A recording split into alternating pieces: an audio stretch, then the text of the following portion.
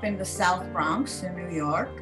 It was a very diverse community, ethnically and racially, and it was also very impoverished. My parents were immigrants. They came over from Russia.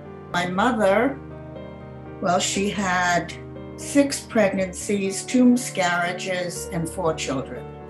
There were no contraceptives to speak of. People did not go to doctors very, very much. Even as a little kid, what I understand now were women coming and talking about being pregnant when they didn't want to be pregnant and trying to give each other ideas of how to get rid of the pregnancy. And there was always this hush-hush thing going on because abortions weren't legal.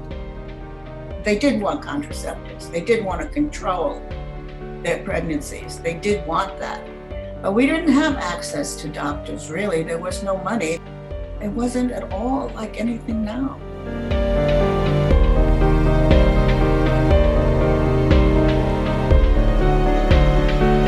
When my mother became pregnant with my younger sister, the social worker came to the house and said, "You really should stop having children." She said, you can't afford the children. And my mother looked at her and she said, "Each child brings its own luck," and threw the woman out. I mean, family planning, as we know now, and as we learned certainly in the 60s and 70s, was education.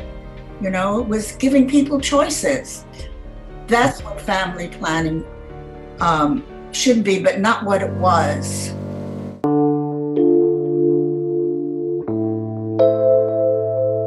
My parents had 4 children. My mother was really wanting to stop at 2. She was desperate trying to find a way to keep from getting pregnant. Not so much that she didn't like kids, it was just that she wanted to be able to work.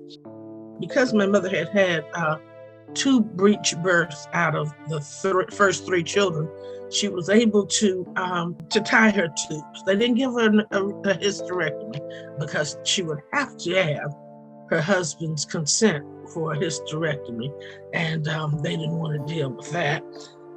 But they could do the tubal ligation without his consent. And so that was her birth control there. My parents were from Hartford, Connecticut, and that's where I was born. And my mother just wanted to have kids. She wanted to be a housewife. She just really loved being home with kids. And it was the last thing in the world that I wanted for myself. We really felt we did not want to be our mothers. It was a very strong feeling that we understood their oppression, and we were very, very careful, I think, to skirt that. We were all aware of family planning because we didn't want to be our mothers. We didn't want to get caught, is how they used to put it when I was growing up. And I think that there was a real sense during those years of women wanting to control ourselves, our bodies, our lives, and our futures, which we did not see in our parents, whatever class they were in. We didn't see it unless they were very, very wealthy and had maids and nannies up the wazoo.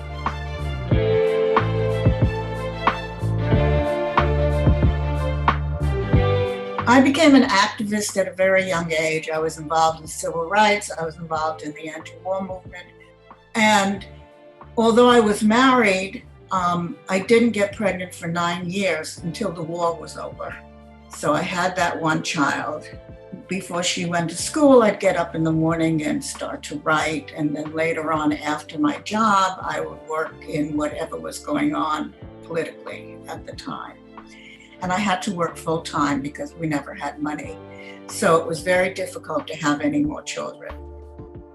I'm sorry I only had one child because she's absolutely fantastic. I have a granddaughter who's absolutely fantastic. But the truth is, I couldn't do what I did do if I had had a lot of children and had to stay at home.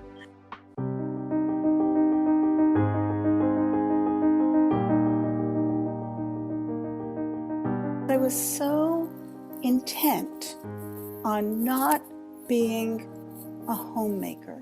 I did not want to do what my mother had done. I didn't want my life to entirely revolve around doing the laundry and the dishes and driving kids places. I didn't want to be bound to the house. I didn't want to be bound to children. So I became a farmer, and I opened a bookstore, and I did oral histories, and then little by little I started writing. I had like 1 million different jobs.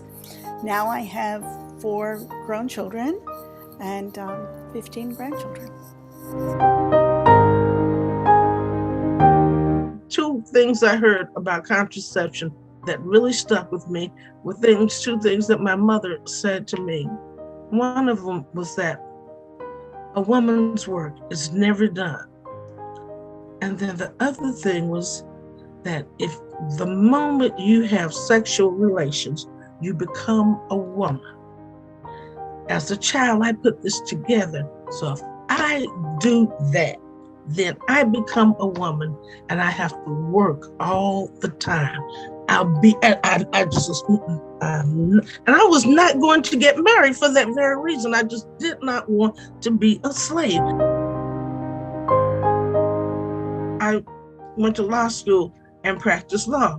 When I started out, I spent far more time in my office or in court somewhere than I did at home. Except for the time I spent sleeping, it was me working, and I enjoyed that. Now, had I had children, there was no way I could have done that.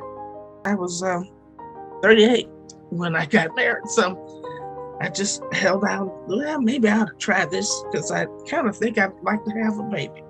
And then I stayed in practice until my second child was coming.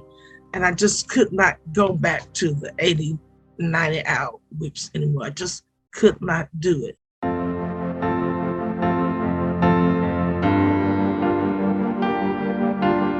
I was born in India, and then I grew up in Queens here, and grew up around just a full-blown ton of minorities. So I really had a blast growing up. My mother is so clear about family planning. She wanted 2, and she loved that it was a boy and a girl. My mom worked 7 days a week, every day since we came to this country. So from 84 to 2021, she worked 7 days a week. She cooked for my brother and me every morning. And so she came here, and I think fought tooth and nail. She was like, I'm going to raise my kids and I'm going to give them the best thing possible. And she did. I think my mother and tons of women in that generation appreciate the tools, especially when it comes to reproductive rights, more than even we do today. By the time we came around, it's a given.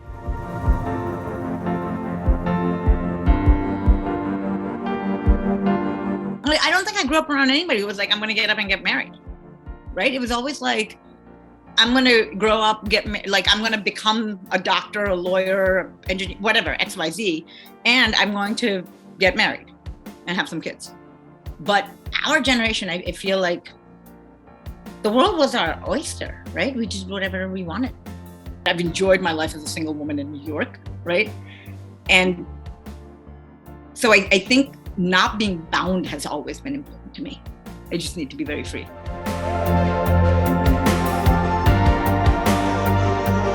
You cannot unring a bell like freedom. Once people have become accustomed to being free, I just don't think they'll just go back to my mama's day. I would go march. I would stomp in the streets before I'd see things go back to that day. I don't think you can take back ideas. I don't think you can take back the force of a wind that is part of what's behind women's backs for the last 50 years. You cannot take that back. I think it'll be a fight again. I'm sad to have to fight again, but if I have to, I'll do it.